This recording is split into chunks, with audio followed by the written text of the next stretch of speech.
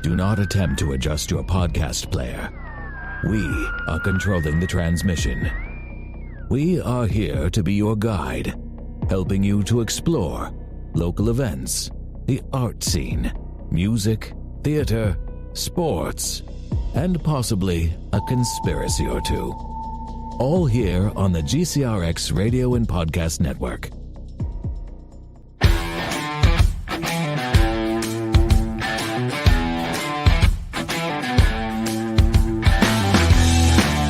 Good evening, everybody, and welcome to In the Metro.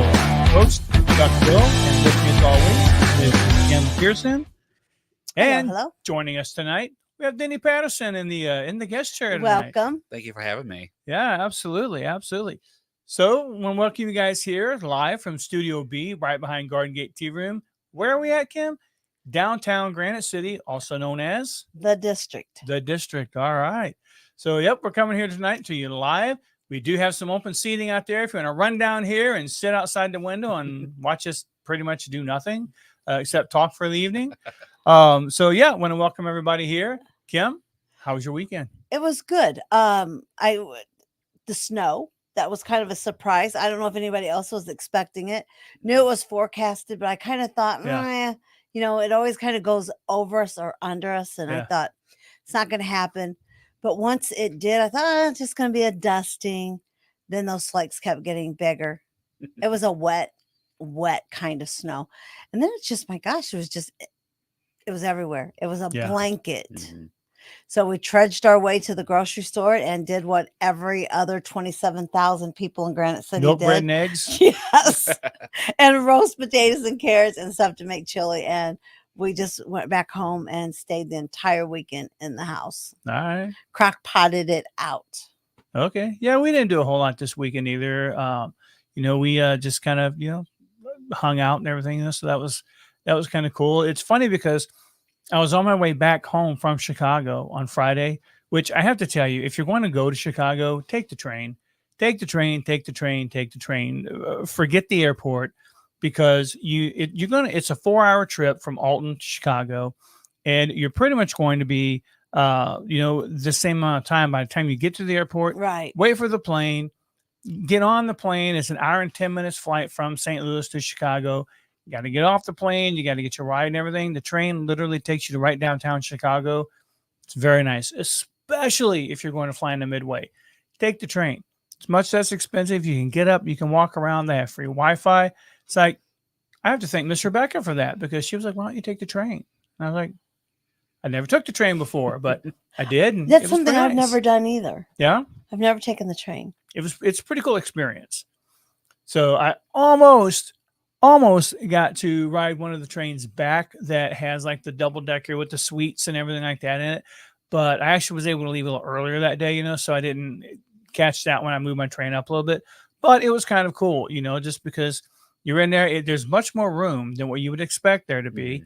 You can walk up and down. Now, you do have to guard your stuff. Like, they even made an announcement, hey, look, just because you're on a train doesn't keep you free from, thieves and pilferers and things like that. So, but you can put your stuff up on the rack and just all kinds of neat things. So, yeah. Anyway, the whole point of that was it was not snowing in Chicago. And as I was, riding the rails, it just kept getting a little worse and worse and worse. And when I got to my car, there was every bit of 3 inches of snow. That's crazy. On my car. And, so naturally I had to, wipe it all off so I could, get out of the parking lot and everything. But yeah, so the snow was expected, but not that much of it, I don't think. The fact that you brought up that they made an announcement, did it kind of take you back, or were you just kind of like, about thieves? Yeah. I kind of expected it. Yeah, I kind of expected it. Yesterday, I did have some errands to run later in the afternoon, and I also wanted to see the new Mustang. So I drove out to Caden Is this Ford. the EV? Yes. The electric vehicle one? Okay. Right. One of my friends has one. She has a white one. I want to see what other colors was out there. Mm-hmm. And I hadn't been out to Caden Ford, and I guess it's not Caden anymore, Weber, in a long time. And it kind of just shocked me for a minute. Pulled in real slow, got up close by the cars, and immediately there's this loud system. Yeah. You are being monitored few minutes later, this parking lot is under surveillance. I'm like, damn, I need to get out of here. Everything's under surveillance now. Like, but I guess just that loud announcement of it. I didn't feel comfortable. I was like, dang, I'm going to go home and get online. Let me ask this question, though. Would you rather have an announcement that, hey, we're watching you, or would you rather find out on the 10 o'clock news 2 months later that, this particular establishment is, like been watching you the entire time? And like, would you rather know you're being watched, or would you just don't tell me I don't care? Don't tell me I don't care. Really? Yeah. It was just kind of, no. Yeah. I don't want to live in that kind of world to begin with, that you got to be constantly reminded, hey, I'm watching my shit. Don't touch it. Mm-hmm. Yeah, I've always shopped for cars by that. You don't want to be bothered by the salesman at first. You got to get an idea of what you like. Yeah. So go in there closed. You got that freedom, and then boy, that happened. That's a nice thing though about buying vehicles online. Like you search online, you find what you want. You're like, I want to see this one. That way, when they walk up to you, like you can do everything online. You get pre-qualified for a loan. You can call your bank whenever. It's like, walk on there. Hey, I want to see this one right here. I don't care what you got in the back lot. This is what I came to see. Sometimes it's okay to, if you ask to see another one. There's nothing I hate more than a pushy car salesman, though. Yeah.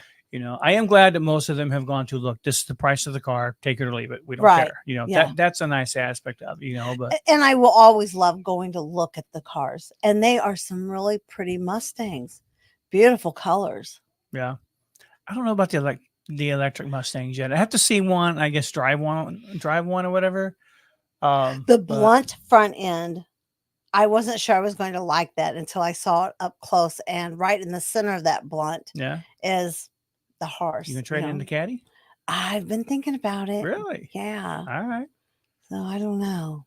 All right. Awesome. Engineer Bill, how about your weekend? Anything big going on over there? Nothing exciting. No, just dealing with snow. Yeah, I think that's been everyone this weekend. Did you shovel, or did you let nature take care of it? I've got a 14-year-old son. Oh, okay. All right. Bill ain't doing anything you don't have to do. There's no shoveling. No. One of the benefits of having kids, free labor. Yep. Free labor. I love it. Pass it down. My son also did ours. And didn't even have to ask him. It was on his lunch break at that from his job. Nice. He came home. He works outside, so I guess it wasn't no big deal to do that for his mom and dad. Very cool. Awesome. So, guys, I want to welcome you guys to the show tonight. We are coming to you live here from Studio B in downtown Granite City. Where we're located, we're right behind Garden Gate Tea Room, right off Namioke Road, right in front of Studio C, which is a private cinema you guys can run. If you watch the show, you hear me talk about it all the time. It's a really cool place. We're right next door to the Board Gamery down here also. And then just right down from there, you've got Downtown Diner, which is kind of cool, kind of a cool place to go to, step back in time and have some good food to eat. And if you want to step back even further in time, I mean, let's be honest, it is the Roaring 20s. And where else would you want to be at than a speakeasy, right? Exactly. So, we've got the speakeasy right down the road also. So did you guys do anything fun for Valentine's Day? Nope. That's crazy. Yeah, we waited till the weekend to celebrate. Yeah. Totally commercial. Well, I don't even know why I'm looking at you, because you don't do anything at all. I think you did that on purpose, Chuck. We are getting ready to have an anniversary, though. So, but do you care? Yeah, I'm like, so. That's yeah, probably not. Yeah, kinda. Kinda. You kind of care? I mean, all right. Yeah, kinda. Yeah, I'm gonna go with that. That's the right answer. Okay. Well, you know what? If you're gonna kind of care, I guess that's a step up, right? I mean, it's further than what we've had before. So. This is very true. Yeah. Right. Very true. 39 years on the dotted line. 42 or 3 together. Okay. Maybe 44. Yeah, we remember the whole prom story. Yeah. As I'm sure viewers of the show will remember the prom story.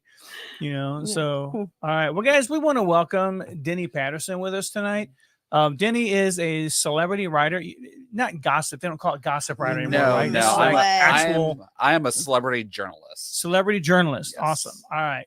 So I stand corrected. I definitely don't want to take away any kind of credibility, because I mean, some of the work you do is pretty impressive. You talk to some pretty impressive celebrities out there. And guys, we just want to welcome Denny to the show and just tell us a little bit about what you do. Well, thank you.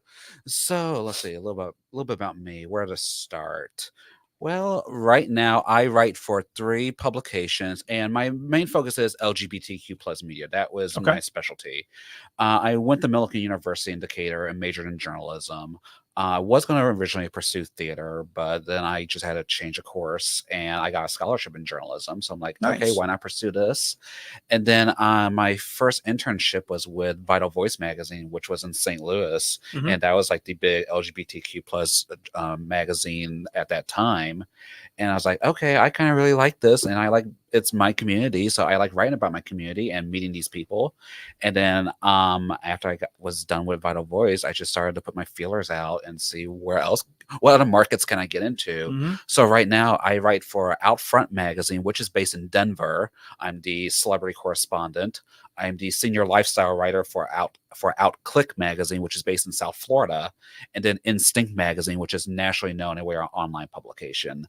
And so I started at the little tiny bottom, so just starting to speak with local business owners, local celebrities. But now I'm speaking with A-list Hollywood stars like Jane Fonda, Eddie Murphy, Kevin Bacon, the big. Oh, nice. Oh, very So nice. I'm really working my way up there, and All there are right. so many more people I hope at some time in my career to connect with. Nice. So before we get too far in to just kind of who you've spoken with and things like that, because I'm really interested about the Kevin Bacon thing, right? Yeah. But before we get too into it, you're actually a native Granite City resident, right? Yes, born and raised in Granite City. Graduated from Granite City High School in 2009.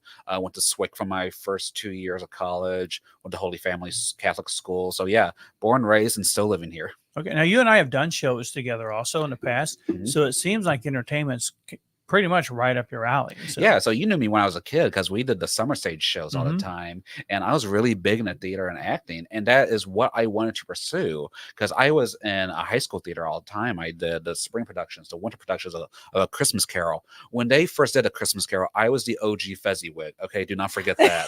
I was the first Fezziwig for this big tradition of A Christmas Carol. But I really wanted to pursue acting and theater, and it wasn't until my junior year in high school I took my first journalism class, and that was with Miss Laura Sullivan.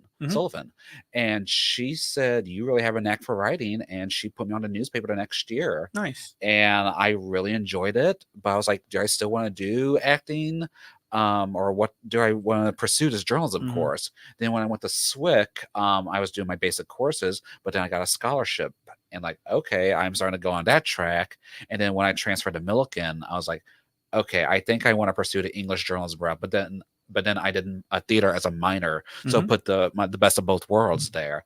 I was thinking, well, maybe do I want to be like a theater critic or something like that? But as my career evolved, I'm like, no, I like connecting with the celebrities and writing about them, profiling them, and all that. So was that a hard decision to make to go into journalism and just kind of set the theater stuff to the side? Not really, because it felt right. It really felt right. I just had to trust my gut on this. Be like, you know what? Theater is always going to be a love in my life, but what's really my passion? And it ended up being journalism and writing. Do you still act? Every once in a while. So I've done plenty of alfresco shows here. Right when Brenda first started alfresco, I was in like Arsenic and Olay, Seussical. Seussical is actually one of my favorite shows. Yeah. Were we having Seussical together? I think we were. I was one of the Havisham brothers. Or no, the Wickersham? Wickersham. Yeah, I was one of the Wickersham brothers. Yeah, and then Havisham is Great Expectations. Yeah, yeah, one of the Wickersham brothers. Yeah. And I was a Wickersham brother when we did Alfresco, and I was also General Genghis Khan Schmitz. So that was a very fun role.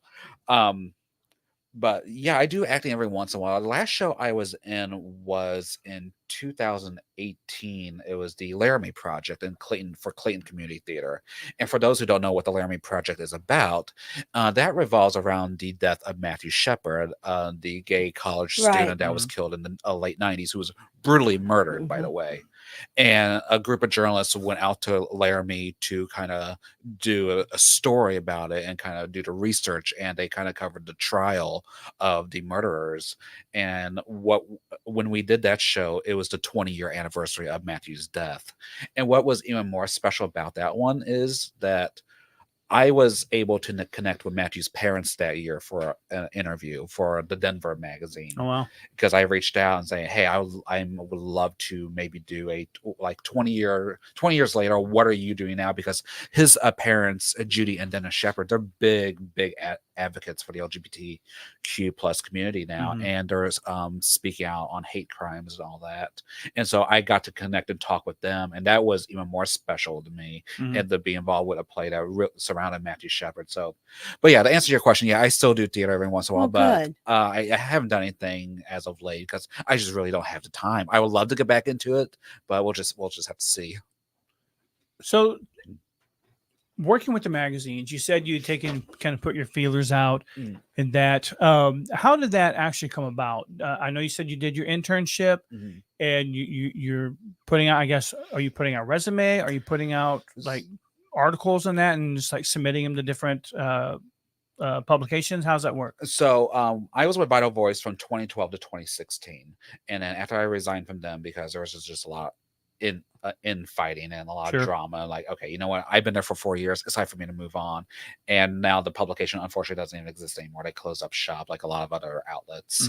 But with Denver, one of my best friends from college lives out there, and so I looked up what the LGBTQ plus publication was, and was like, oh, Outfront Magazine, it's one of the oldest LGBTQ plus publications in the country. It's the third, I believe.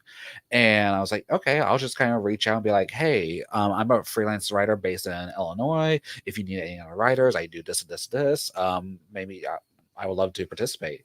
And so the editor got back with me like, okay, we'll give you a couple of writing samples, or have you do some writing samples for us. We have like a film festival. Maybe you can review these films. And so I did that. And that just kind of led the one thing to the other. And so I stayed on with them.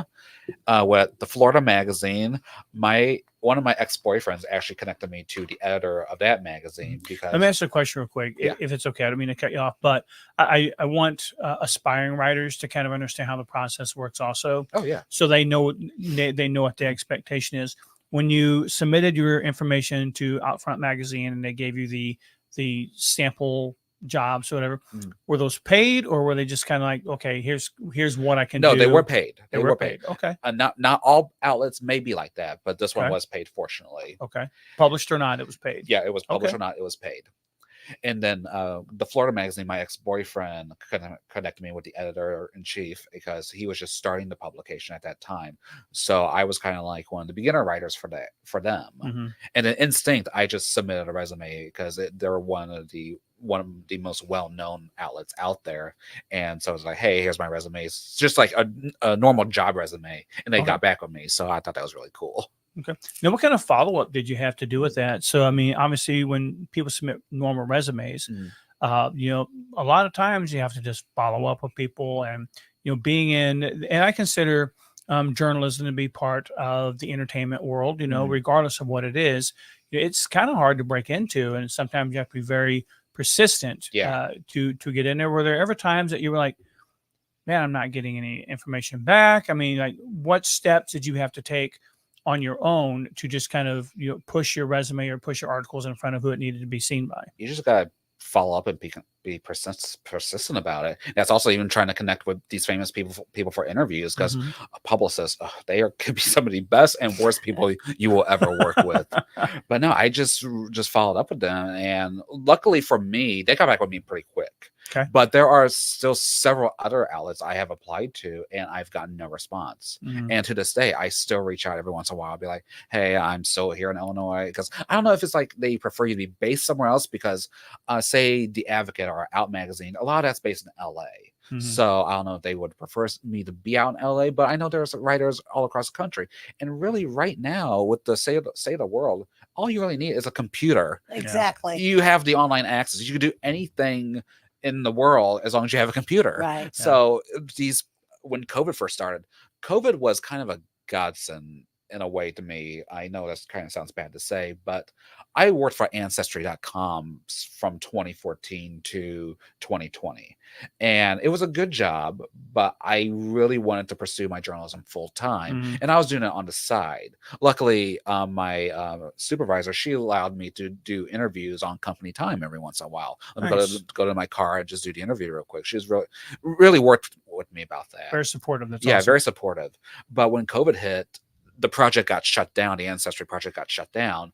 So that was my way to get into my writing full time, what I wanted to do. And unfortunately, a lot of projects weren't happening at that time. But we were able to really kind of talk about like what they're doing during COVID, like how are you surviving? Because the arts and entertainment really suffered during COVID. Right. So it was really a way to kind of do a different angle for these stories and not promote something that they're working on right now, but how are you surviving during these dark times, especially like Broadway actors. Broadway was shut down. What are you doing? How are you surviving right now? How are you making your living right now? Yeah, which is important for other people to hear also, because I mean, the entertainment industry is not the only people who either lost their jobs or lost income, because at that point, everyone was trying to figure out how to pay their mortgage, that month until the government stepped in. And, I mean, so, I mean, that's good that, at least the celebrities were, talking about what they were doing. Yeah. So who's been your favorite interview?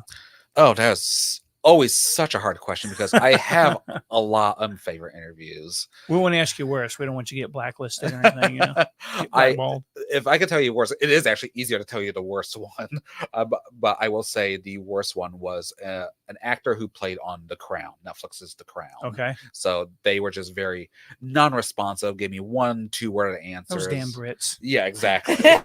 I mean, I understand you're doing press all day, but this is kind of your job. You kind of gotta give me something to work with. And I didn't even use the video for that. Like, I talked to the publicist, be like, "This is absolute shit. I'm not putting this up." And he's like, "I'm so sorry. I'm so sorry." But the other people involved with this project were great, so I posted those. But some of my absolute favorite interviews, I mean, just thinking about people who I've idolized when I was a kid, like say Eddie Murphy. He was in a movie that came out last year called You People, and that was with Jonah Hill. And so I got to interview Eddie. I interviewed Julia Louis-Dreyfus, the guy from the X-Files who was in it, David. I can't pronounce his last name. Duchovny. Yeah, he was in part of the press junket as well. So that was a really cool one. I'm a TV nerd. So. Yeah, exactly. Dan Levy from Schitt's Creek. I interviewed him right before Christmas. I loved that whole series. Great series. I've watched it at least twice. No, have you watched it? I've seen some episodes. Oh, it's such a good show. It is. I've seen some episodes. It's beyond good. It's so smart. Such smart writing. Yes, and it sticks with you. Like I can flip into any one of those characters at any moment. So, I mean, to this day, I'm still like, but do we? You should people know. Yes. I'm a pretty big Eugene Levy fan also. Yeah, Eugene that Levy. guy cracks me. His humor is so dry sometimes. Yeah, and I think Dan's the exact same way. Yeah. So I interviewed him right before this past Christmas, so he was a great one. Speaking to a Hollywood legend like Jane Fonda, because she's been in the business since like the 60s, 70s. Yeah, and she's very controversial over all those years. Also, very controversial. Yeah, but talking with her, did you bring up Barbarella? I did not know. She's getting. I just saw this today when I was getting my nails done. Jane Fonda is in now a J-Lo movie that is about to hit. Oh, is it that This Is Me movie? Yes, okay. This Is Me now. Okay. Yeah, because I actually interviewed an actor from that movie. His name is Brandon. I think his last name is Delsid, but he plays like one of the best friends of J-Lo. And we got to talk about him working with J-Lo in this movie. So how cool. That was a cool one. But yeah, I mean, we have Kevin Bacon, like you said, Neil Patrick Harris. I've interviewed so many queens from RuPaul's Drag Race, Michelle Visage, Carson Kressley, Ross Matthews, the judges on the show. So I've connected with, I could probably say a good 400 to 450 celebrities over the course of my entire career. Nice. So there's just so many to think of, but Olivia Newton-John, that's one. That would have been would have been a great interview. Yeah, I will always remember that one. She was just so sweet, so warm, so genuine. Yeah, and I had such a crush on her when I was younger. When I was a kid, like Grease, and then that was it. There's another movie a lot of people don't know about called Xanadu. My husband loves Xanadu. My husband Xanadu was a pretty good movie also. I liked it. Yeah, he absolutely loves that movie. So just thinking back, because there are a couple of celebrities that I've interviewed who have now passed, like Olivia, Leslie Jordan, who was on Will and Grace. My hunker down buddy. Yeah, I loved him. I was introduced to him during COVID Okay, and yeah. TikTok. Because he started at TikTok And during I COVID. couldn't get enough of him. So many people, it's like a reintroduction to him, even though he's been around for so long. That was my first encounter with Yeah. him. And I loved him. He's the one that got me hooked on TikTok. Nice.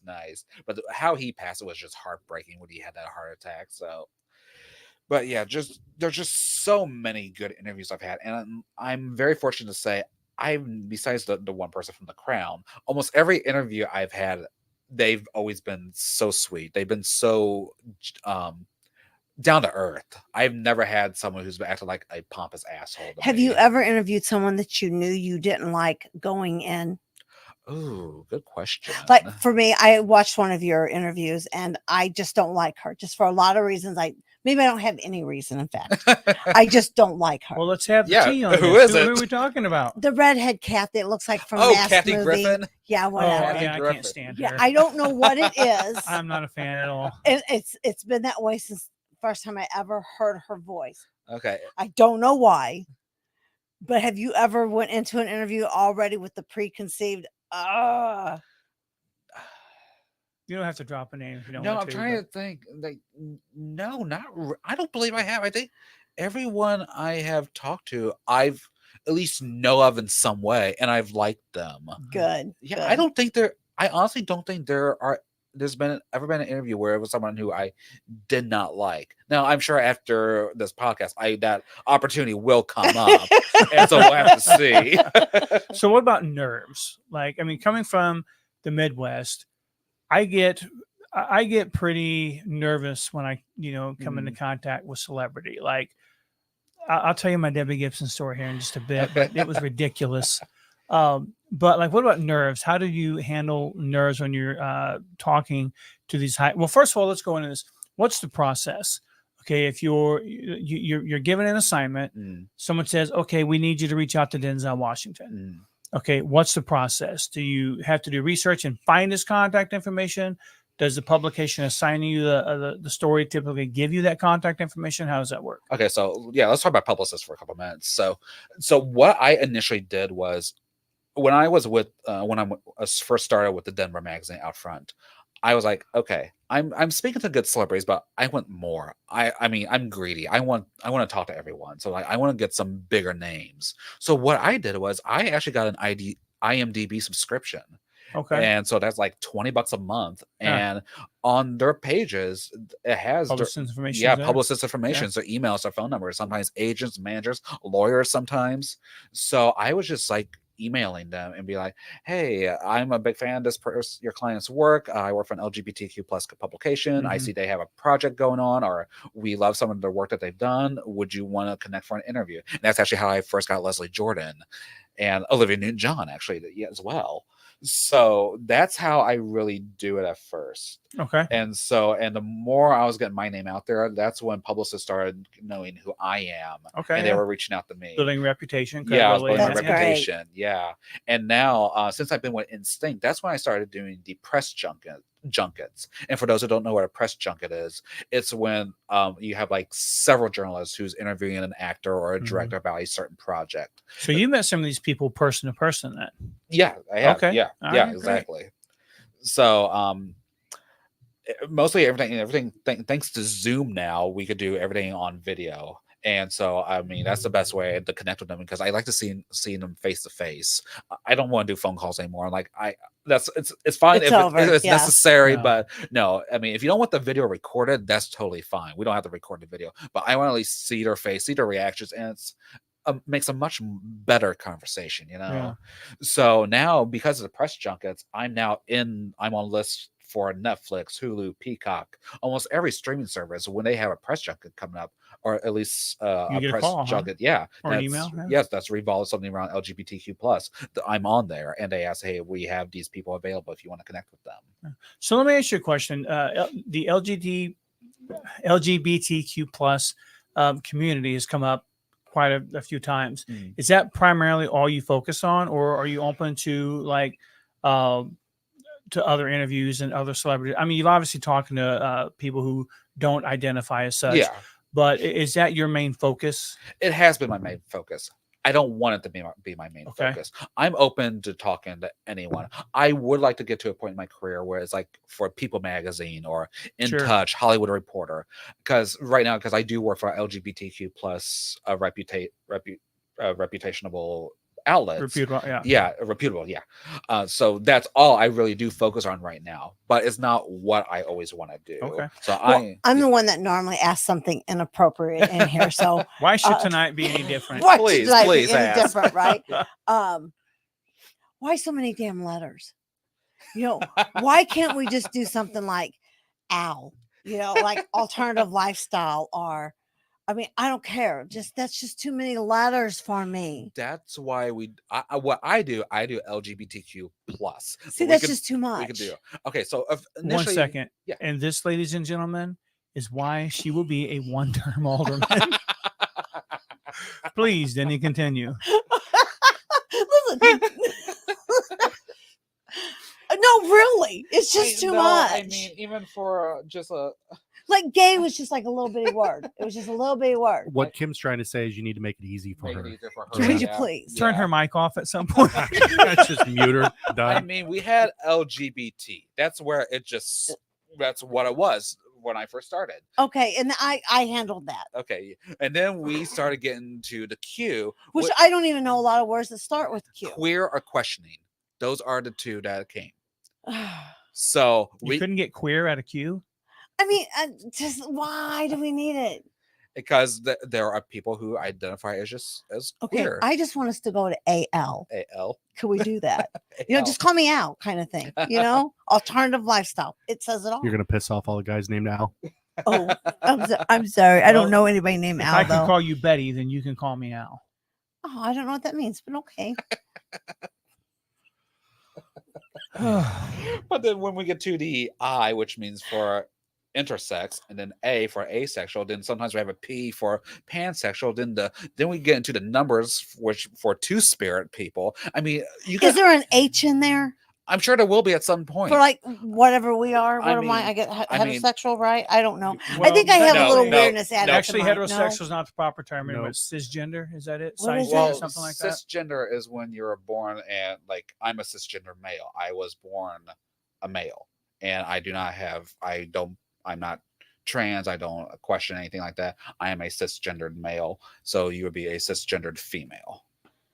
Okay. So no, your H will not be part of this. It can't be a part. No, they've got their own little club. Because when you look at when these people want to say we have straight pride, and that's fucking bullshit. Because when have you ever been oppressed for loving someone else? But if we went with AL for Al for this alternative lifestyle, this is a losing argument. I know I can fit into that. You're gonna have your own little. Do you have an alternative lifestyle that we don't know about? Do you know a lot of people married and 100-year-old men for 40 years? No, you don't. That's an alternative lifestyle. I think they have other names for that. Okay, like what? Like Anna Nicole Smith? I don't know. We'll get that into a separate conversation. Yeah, awesome. But I just need to condense it. But I can even say with me, that's why I just write LGBTQ plus. Just like that's going to encompass, and queer is just under that umbrella. I understand that it could be confusing, frustrating to some.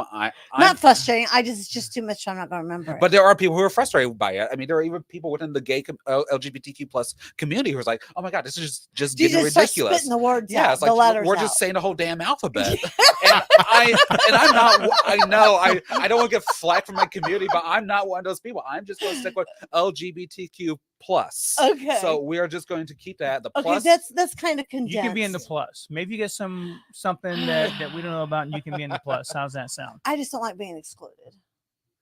So I'm going with AL. We don't exclude you. I'm going with AL. You work that, girl. You go with Al. Okay, back to my journalism. But Denny, I do want to thank you for coming by tonight for sure, and just kind of letting us know what's going on in your life. And I love seeing your posts when you've interviewed. Brother even if I don't know who they are, but when I do, I get super excited about it. I'm like, oh my gosh, Denny from Granite City. Yes. It's very cool. And even during just this past Friday, I interviewed Jesse Tyler Ferguson from Modern Family. And Oh, I love, yes. yeah, and so He's a redheaded guy, right? he is a redheaded guy. Yeah, I love him. So I had to brave that damn snowstorm because I was in the middle of my work shift, and luckily my because I do work at Walgreens right now. I work on Walgreens on Namioki because with COVID and being a freelance writer, it doesn't pay the bills fully like I would like to. So I'm still working there. Someday. So I do work at Walgreens right now. But luckily, my supervisor or manager was like, "Yeah, you could go ahead and go home, do the interview, and come back." Like, okay, cool. I'm totally cool with that. Nice. But that's when that damn blizzard started happening. Like, so I'm going to brave a snowstorm going back. At least I don't live too far away from Walgreens. Yeah. But yeah, just going back out, it's like I don't want to do this. Well, I think what you do is totally cool. Well, I'm a fan. Been a fan. Appreciate that. Where can we catch most of your work at? Okay, so I'm just on Facebook. I don't do Twitter. Twitter, I've never was able to get into Twitter really, or X or whatever they call it. Twitter, I was gonna say that's the white white bird. Yeah. Okay. So, but it's gone. It's gone. It's gone. But my main social media is Instagram. I am Denny. Actually, let me double check on that. I'm kind of the same way. People ask me what my Instagram is. My Instagram? I really don't use Instagram that much. That's why I went strictly with the numbers. Joeman0716 is my Instagram if you want to catch nothing. I am Denny DENNY P777, and I am blue checkmark verified. So cool. You know I'm legit. I don't know anyone that has got a blue check. Yeah, not on Facebook, but on Instagram, I am blue checkmark verified. Well, I'm impressed. Thank you. And what's cool is that my journalism has been leading to different things now, and so that's just venturing into more opportunities. And I'm also kind of getting into the political realm now because I am now the communications director for my friend Nick Raftopoulos, who is running for the 100. He actually says, "Go Denny." Yeah, he commented. Go Denny. Yeah. I gotta give Nick a little plug. Yeah, absolutely. One of these nights, I do want to have. I want to invite Nick onto the show. Yeah. So he can just kind of let us know kind of what he's got going on in that. So Nick, if you're still watching, and that would be cool. Yeah, I'd love to have you on the show some evening. Yeah, let's get him on here. Yep. So awesome. Well, Denny, thank you very much. I appreciate you stopping by and just letting us know what's going on. Thank you. I appreciate you having me. Thank you. Absolutely. Well, that's a nice segue. It was, yeah. Yes. I think we're going to have Eric and Bethany are going to come back, are going to come in now. We're going to talk to them a little bit, just a little bit about what they've got going on over at Alfresco. And so, yeah, we're going to switch seats with you guys, Denny. Okay, sounds good. Thanks, Denny. Thank you. Yeah, thank you very much. All theater people. All theater people. I'm out here. See you later. Come on in, guys. Come on in. Kick your coat off. Kick your shoes off or your boots if you like to. So, if you want to sit on the edge of the chair, you can do that. Or, you could sit in a chair and he could sit on the arm of the chair, but that's okay. So Denny has a pretty interesting job. Yeah, he does. And how much fun is that? Yeah, that would be cool. And the fact that he gets to meet and talk to all these people is super cool. And he's very personable. I'm a huge Kevin Bacon fan. I am too. I bet they walk away from his interview with that same feeling that he's really very personable. Yeah. In person. And I'm sure that comes across in the interviews too. Yeah, he doesn't seem like a sniper. You know how you get some of these interviewees that you're sitting there and you're talking and everything, and all of a sudden a question comes out of left field, and someone like Robert Downey Jr. stands up and says, "This interview's over." He doesn't strike me as that kind of guy. No. So, however, I would say that I've seen some of those interviews where you've got those sniper things in there, and I think those journalists really need to be shut down quick anyway. Because it's like, celebrities are not, they're still people, right? So that's kind of the way I feel about it. So, and speaking of celebrities, it is a local show. We've got Eric and Bethany on here. Now they're joining us this evening. They're actually here to kind of talk about, the show that's going on and a little bit about live theater. But I do have to mention, if you get a chance, come check these two out. Follow their page. It's Just Be on Facebook, right? Just Be Music Duo, and then it should pop up that way. There you go. If you just put in Just Be, for some reason, like 1,000 pages but ours shows up. Okay, yeah, right. If you put in Just Be Music Duo, then we pop right up. Oh, Yeah. cool. Well, it's like okay. me. I can't even bring up In the Metro on Yeah. Facebook. It has to be spelled out in the Metro GCRX. Right. Yeah. You know, which is our hosting podcast family here. You know, but yeah, I have to actually type it in specifically to see what's going on. So I should know what's going on with my page, but you know what I mean. So tell us about the show, guys. What's new? What's going on? Well, We're currently in a rehearsal right now, actually. Okay. Oh. we're supposed to be at rehearsal, Yeah. so we dipped out of here for a little That's bit just to right. talk about it. But we're rehearsing for Sweeney Todd, which is right down the street, just a few blocks on Del Mar. Okay. And Alfresco Productions, Alfresco Theater. If you haven't been there, shame on you, because it I is agree. an Yeah. amazing place. The thing is, most of the time, most of the people I meet, they're like, where is that? Yeah. There's Or a they've theater never in heard of it Granite? or something There's like It's a that. little Yeah. hidden gem. There's a community theater in Granite City. Yeah, there has been for a while. Yeah. The sound in that theater is amazing. It is. And I can reference that to you right now. I've heard you, at the Speakeasy. Mhm. I've heard you at Manhattan's. I've heard you a couple different places. And then I heard you doing your solos last weekend. And For Bobby Darin's. Mhm. yeah, Mhm. Mate, that's The a really sound good show. is really good just- show. Thank you. I didn't realize the sound quality Yeah. at the Alfresco is amazing. It's always been very good.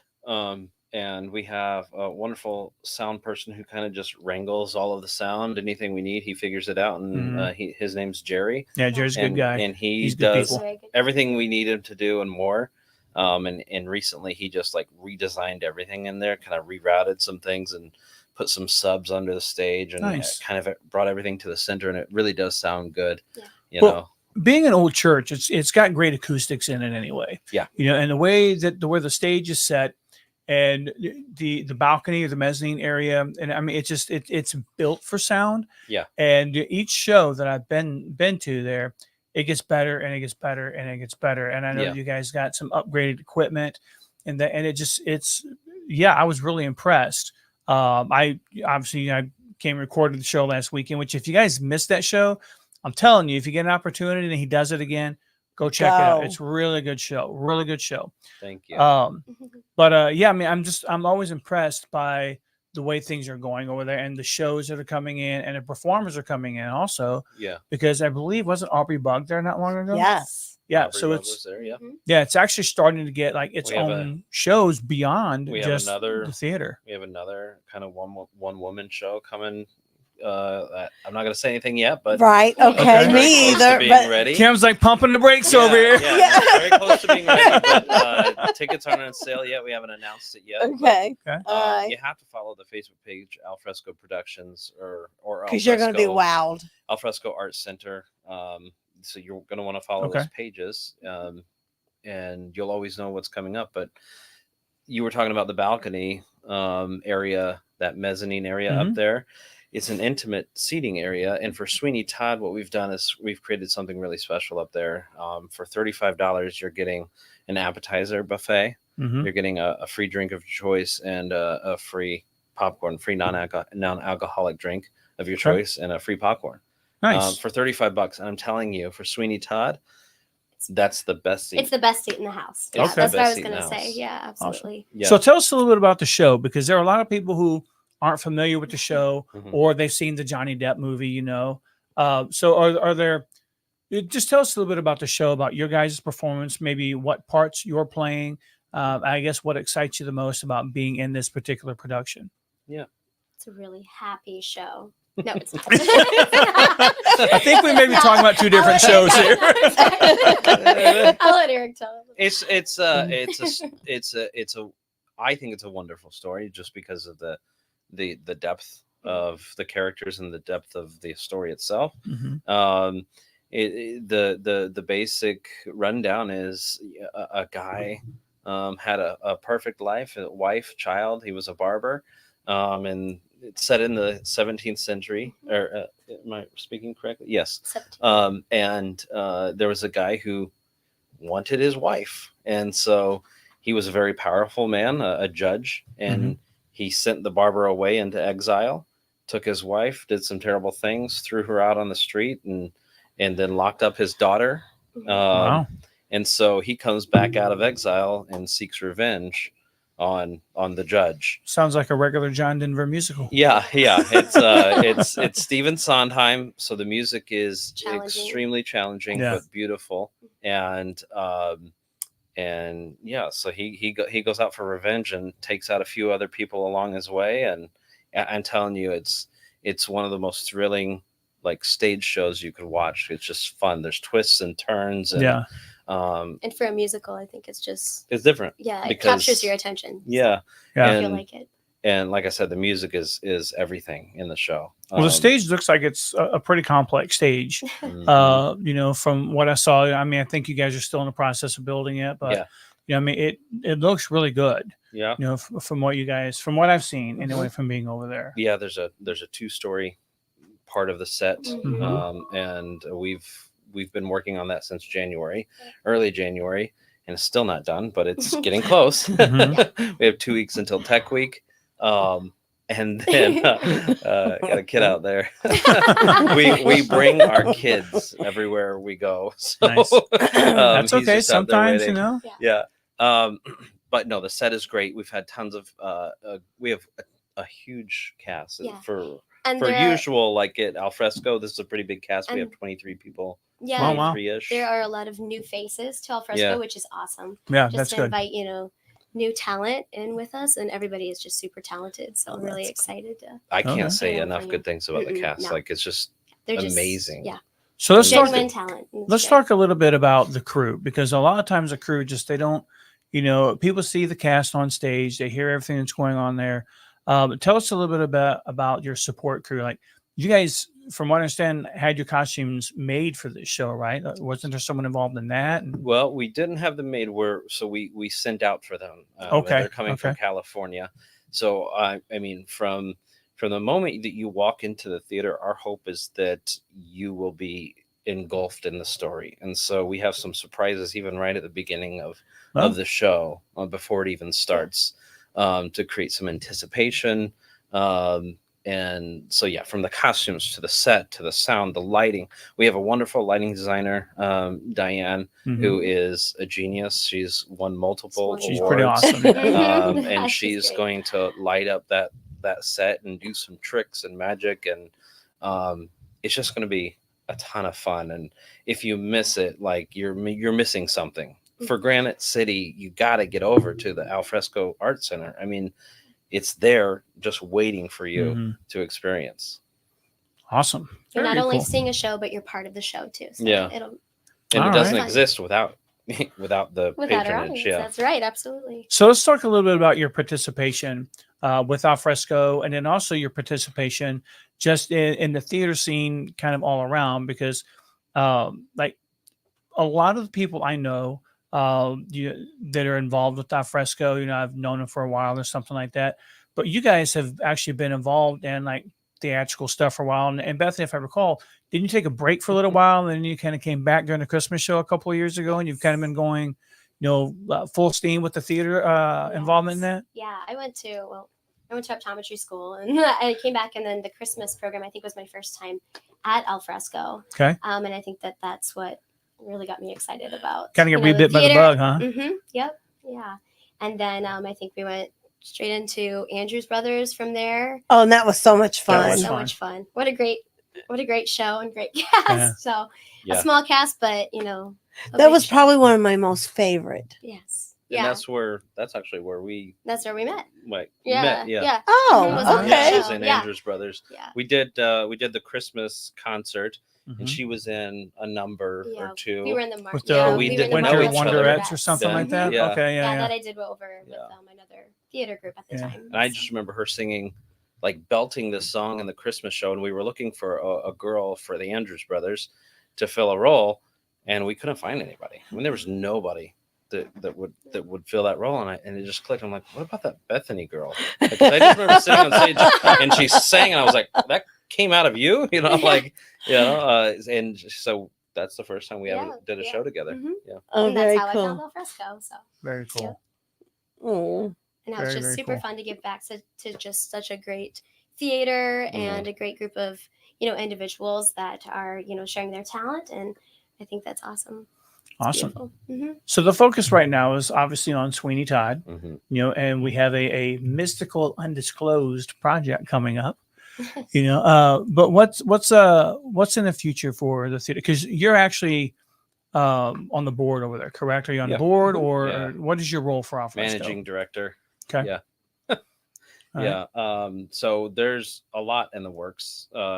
Anything we can talk about? Some known, some unknown. Yeah. I mean, we have plans for later in the year. The immediate plans right now are soon to be released. We talked about that show. It's going to be a concert of sorts. Okay. But yeah, they'll more to come. I promise. Absolutely. Yeah. All right. Very cool. So you have to stay tuned. The main focus right now is Sweeney. I mean, I can't push Sweeney enough. We've actually sold quite a few tickets. Nice. Tickets are on sale at frescoproductions.org. Can you buy from castmates, or is it strictly an online? Strictly online. Okay. At the door, you can buy at the door. I don't recommend at the door. You just never know what seats are going to be available. Because last year, for 9 to 5, we did 9 to 5 the musical last year.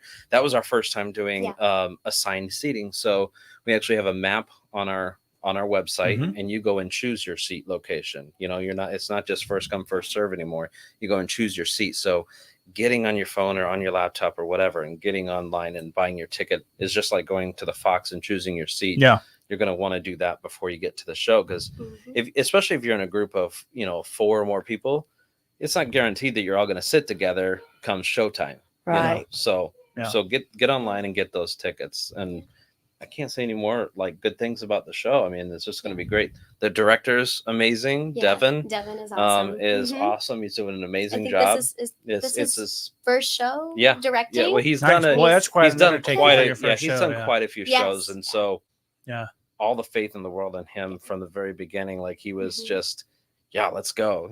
So and music.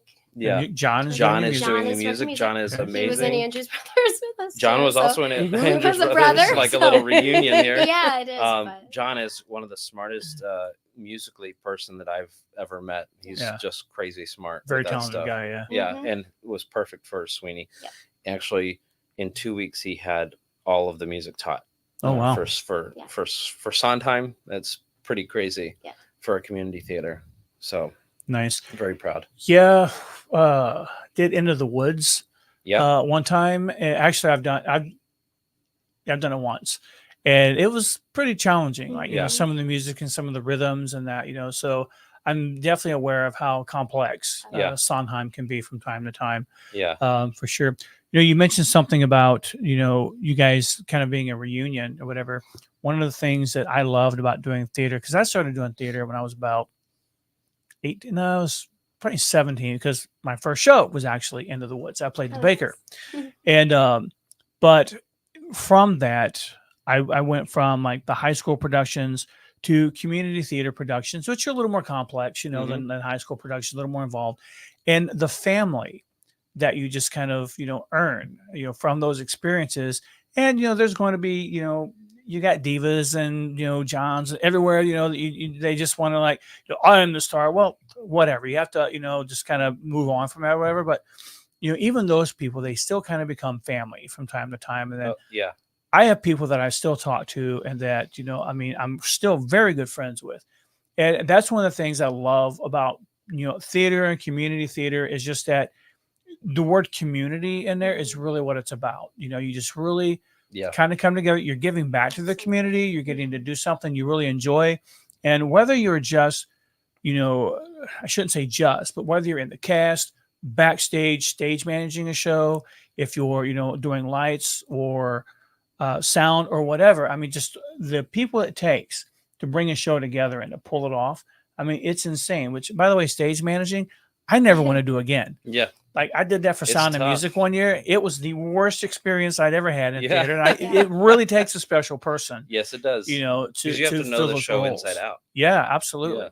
Absolutely. Yeah, I'd say the crew and ensemble, if you're those are hard roles to fill, because you have to know the entire show. And if Yeah. you're Bethany too, your ensemble and understudy for Joanna, you have to know the entire show plus your siloed, role. Yeah. So that's very tough. I've always said that even when I directed, ensemble has the toughest role in the whole show because you have to know everything. Yeah. You know? Yeah. A lot of people think that if they just get ensemble No. or whatever, that's not the case at all. No. Because you're right. They're on stage probably more times than the principal actors Yeah. are. And you're right. They've got to know everything. They've Yeah. got to know the dance moves. They've got to know the dialogue. They've got to know when to come in, when to shut up. I mean, just it's insane, so. And I hope that, I guess that's one of the things that, and even we've been talking about is sort of having some teaching moments with the community and what it takes to put on a show. Mm-hmm. And I think one of the most expensive things is our time. It's a huge time expense because no one's getting paid, right? No one is. It's Not community a theater. singular So. person is getting, even Yeah. board members. We don't get paid. Yeah. We do it all for the love of what we do. And there's the only reward we get is seeing the audience there enjoying themselves. That's it. Yeah. And that's enough for us. And we're hoping that people come and support that over and over and over again, because the quality of the shows, even since I've been, and this is no credit to me, but just since I've been involved, it just goes up and up and up. We just have some really amazing shows right here in Granite City, So have you ever been in any kind of stage production at all, Kim? I have not. Okay, let me tell you something, just to kind of touch on what Eric said here for a minute. I can still remember the time, and I don't think this is an ego thing. Might be. I'm open to that. I remember when I was 16, we were doing this. My solo was Blue Velvet. Okay, we were doing it in swing choir at the high school. I remember doing Blue Velvet, and at the end of it, you get the applause and things like that, and there's this feeling that just kind of comes over you. That's an amazing feeling. But one of the most memorable moments I've had so long ago was doing Into the Woods. You guys will probably know this. We played the part of the baker, the song No More. Yeah. Okay, you're familiar with that. It's a very touching, very heartfelt song. Right. At the end of that song, when I was done, the last note and everything, everyone was quiet. I was like, holy shit, I just screwed this up.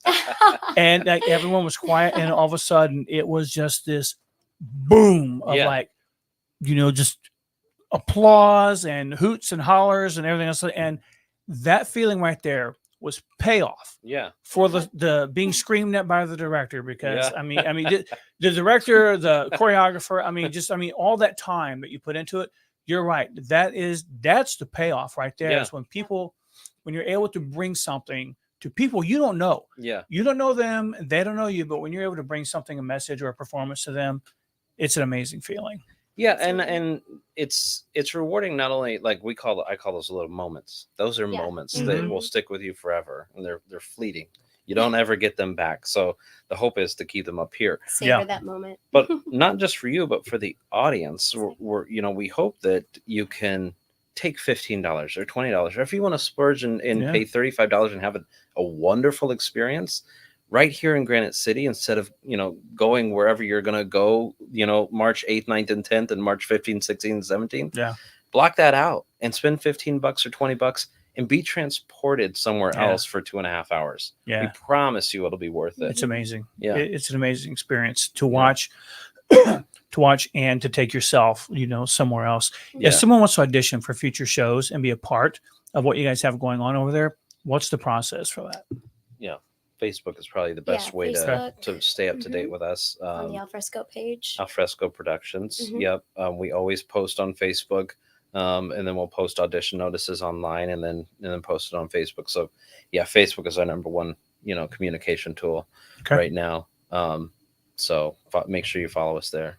Okay, awesome. And guys, there are parts for everybody, and it's not just that you have to do an acting role or whatever, because everyone's heard the old cliche, there are no small actors. Yeah. Right. Well, there are no small parts at all in any of these shows. Even if you're just, if you're taking tickets, working in sessions, working the lights, handing out playbills or whatever, I encourage you guys to at least go see what's going on over there, watch the shows, participate in the shows, and just look at what's happening and that, what Alfresco is bringing to our community, because they're actually bringing culture. And that's kind of what this show is about, is making people aware of the culture and the things that are going on here in the area. So, we're always needing volunteers too. So even off stage, like you said, concessions, ushering, helping people upstairs, there's all sorts of roles for everybody. If you're at home and you're thinking, man, I just wish I can get involved with something, but I can't sing, I can't dance, I can't act, I can't do this.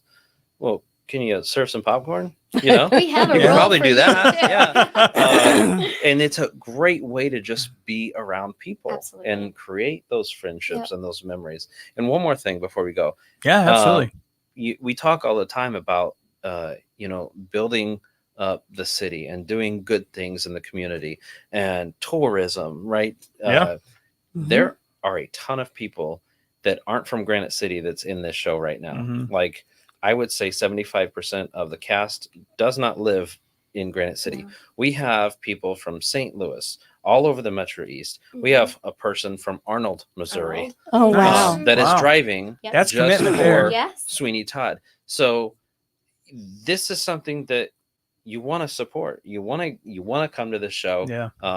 And I'm positive that the response is going to be just as great as it has been over the past couple of weeks with these ticket sales. So don't wait. I promise you'll regret it. All right. Awesome. And I want to mention one more thing that Eric, last time you were on the show, you mentioned, and I love this line. Kim, you know what I'm going to say? I don't. Be a tourist in your own city. Yeah. You had said, it, and I think that's important, especially when we're talking about, the culture and that's going on here. We had Mardi Gras a couple of weeks ago, which was fantastic. And by the way, another shout out to Big Michi's. Those chicken wings were anyway. But I mean, you being a tourist in your own city, and I really think that one of your stops needs to be Alfresco. Absolutely. Theater. Absolutely. Yep. Put it on your list. Yeah. At the top. Yeah. It's like a mini Fox over there. It is. Yeah. It's just a hidden gem that I think. Yeah. Awesome. Well, Eric, give us a 30-second plug for the show, and then we'll get over to let Miss Kim tell us what's going on for the next couple of weeks. So it's all you, my friend. All right, Sweeney. Or Bethany. Sweeney Todd, the Demon Barber of Fleet Street, March 8th, 9th, 10th, 15th, 16th, and 17th. Yep. All right, what The time? Sunday shows are 2:00. Okay. The Friday, Saturday shows are 7 p.m. Alfrescoproductions.org. Alfrescoproductions.org. Get your tickets now. Yeah. They start at $15. So for as cheap as $15, you're going to see an amazing Sondheim show. Yeah, not a bad seat in the house either. Not Go at see Sweeney Todd. Oh. I think, hold on, alfrescoproductions.org. Okay, one second. So, all right, very cool. Thank you, guys. Thank you. That's coming right. Yeah, out. we got to get back. Director is waiting for us. All right. All right. Thanks, guys. Thank you very much. See you guys. I'll actually see you guys here in a bit, because I got to head over there also. So thanks, Sounds guys. great. Appreciate it. Thank you. Very cool. Right here in Granite City. Yeah. Very cool. And I have to say, I'm going to go see it because, well, my daughter's in the That's right. show. So, And I'm going to see it however how many times they have it, because I'm working it. you got to get like a second address there. You know that? Really? Yeah. Okay. There or here. You could have 3 addresses. I could. I think you could have 3 addresses. Yeah. I do have a mailbox address at City Hall. I mean, for now. Did you ever send her a letter? Did you ever I send her have mail? not. I keep forgetting to. I got to do that. I know. I have never gotten one single piece of mail yet. Oh, all right. Not even what is that? Cease and desist. Keep going, and you will. Oh, you no longer have a spot here. Do you guys have lieutenants? Like, do you have what if you can't fulfill your duty? Does that state just go empty for a while? No, it would be appointed to someone else by the end of the day. Gotcha. Yeah. Okay. All right. So Rebecca says Alfresco is such a special place. Can't wait to see the show. It's going to be great. Nick has agreed to come on to the show, so I'm pretty happy about that. Rebecca says good evening. And again, Nick said go Denny. So I do want to thank Denny for coming on to the show. Interesting guy. Yeah. I've known Denny for a minute, So yeah, he's a pretty cool guy. And just the fact that he's doing something that he loves to do and supporting a community he feels involved in, I think that's Absolutely. pretty awesome for him. Yeah. Yeah. You always love to hear when people love their job. Yeah. That's awesome. If you love what you do, you'll never work a day in your life. I think that's pretty awesome. Yeah. What else is going on? Anything going on at the theater this week? See, I think Bill Peasy is at the Speakeasy on Friday. Okay. Not 100%, but I'm about 99. Now, isn't he going by Nerf Herder or something like that? The Nerf Herder? Okay, yeah. Star Wars reference, which is kind of cool. Okay, didn't know that. Scruffy looking Nerf Herder. Yeah, There's the whole. That's just he is a scruffy. That's just a lot. Again, no, it's just too much. Kim, I'm thinking that we're now running up on the fact that you just can't handle the long. Yeah, exactly. Did you want everybody to bend to the will of Kim? Just call them all out. Sure. Just call them all out. We'll just make acronyms for you that are shorter, and we'll all just keep going on with. Okay, anyone I who doesn't live that. like you, just call them all out. All right. Well, listen, I just now figured out how to say the man's last name. It's Peasy. Don't get me started. Peasy, yeah. That's what I'm going with. It's not spelled that way, but that's how you pronounce it. Right. Okay, so I'm going with that. And then Saturday, there's a chicken and beer dance. Who doesn't love a little chicken and beer? That's for the old 6 Mile historical. So what do? Do you give the chickens the beer and they dance? I think that's what happens. Is that what happens? Now that would be worth the price of admission right there. And on the same evening as the chicken and beer dance, which maybe you could fit both of these into a day, is the first big concert at the Mill venue. It is Monochrome, right? Monochrome. It is the Black Keys and Jack White tribute. Okay. Some pretty good seats still left. I'm not sure you can buy them at the door. We haven't kind of figured that out yet. But go to the Mill events page on Facebook, click on the concert, and you can see the seating chart in the standing only area and get your tickets. They're real reasonable. This will be the first real production. So looking forward to that. Okay. You know, when I hear a group name like Monochrome, if I were just to think about it for a little bit, which I should probably do less thinking, but I hear Monochrome. I think maybe it might be a good tribute band for Paul Simon based on his song Kodachrome, But again, that's just me. That's the idiot in me. Okay. Yeah. Kodachrome was a great film. Yeah. Oh, it was. Mm-hmm. It was. Okay, that's all I got. That's all you got? That's all I got. All right. Nothing happened until the leprechaun guy. Oh, yeah. Yeah. When's Easter this year? The end of March. Is it the end of March? We're just throwing all that crap together. Ridiculous. It's all just hitting Easter. Boom. One of these days, I'm going to memorize how Easter is figured out because it's different pretty much every year. I mean, it's based off the Judaic calendar, isn't it? Yeah, I can't keep up. Yeah, I don't know. I just look at the calendar, I guess, and it tells me, hey, next week's Easter. Woohoo! Like I said, it gets earlier and early. This is early, right? It feels early. I think this is kind of early, isn't it? I don't know. I think it's just that the older we get, the quicker things move. True. I don't move quicker the older I get. No, I didn't say we moved quicker. I just said the world around us moves right, quicker. Right. That's a high probability, Bill. I think that you may be right there. Yep. So. Conspiracy. It's a Nick Drago thing. By the way, did you guys know today was President's Day? Mm-hmm. Huh. Well, I did know that because I didn't tell you I didn't get any mail today. No mail. The banks are closed. I had a 7-year-old kind of wrap that up for me this afternoon. Mm. I asked him if he knew why he wasn't in school today. Oh, yeah, you would know that. He said, well, it's some kind of day that they just put a whole bunch of them in it. And I'm like, what, wait, explain that to me, George. And he's like, well, there used to be Washington's birthday. And I am so happy that a 7-year-old boy knows that. Yes. And then there used to be Lincoln's birthday. Yep. And then there was this Polish guy that he got a day Pulaski, too. Yep. And then Martin Luther King got a day. And that was like the whole freaking month of February, Miss Kim. So they narrowed it down in one day. It's today. Doesn't MLK still get his own day?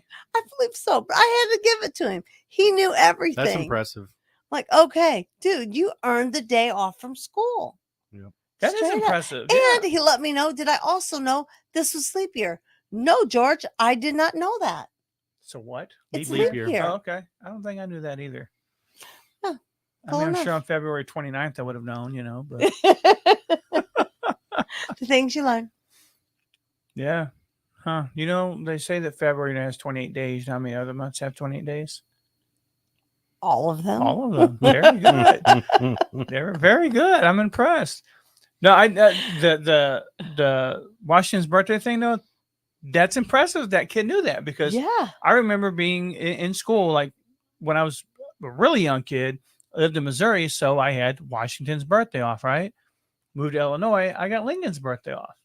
And so, yeah, I mean, I'm impressed that a kid knows that. He's not just, I get to, have the day off. That's awesome. That's that school District 9 for you. I'd like to thank everybody for joining us this evening. Appreciate you guys coming and hanging out with us here at Studio B again. We're right here behind Garden Gate Tea Room, right down here at the it's B's Novel Ideas Complex, right? Yep. Is that it? Is that officially it? That's right. That's awesome. it today. And I have to admit one other thing also. With Valentine's Day came pink champagne cakes. It was very well received It was. again. If you guys, man, keep an eye out. I'm guessing it's on the 62040, and it's also on the Garden Gate Tea Room Room. Facebook. These cakes are really, really good. Now, we can't officially call them Seabold's pink champagne cakes, whatever, but man, they are a damn hair close to it. Let me tell you, they are very, very good. And I got to see some of the ladies working on these things. A lot of love's been put into these. So for the next occasion, get your name on that list because I barely got mine on there. So And you've seen it firsthand. It's really made from scratch. It's the real deal. it is. And it's a piece of Granite City history. So Yes. give it a shot. Get down here. And again, thank you guys for joining us tonight. We'll be back next week, 7:15 here on the GCRX Podcast Network. Have a great one, guys.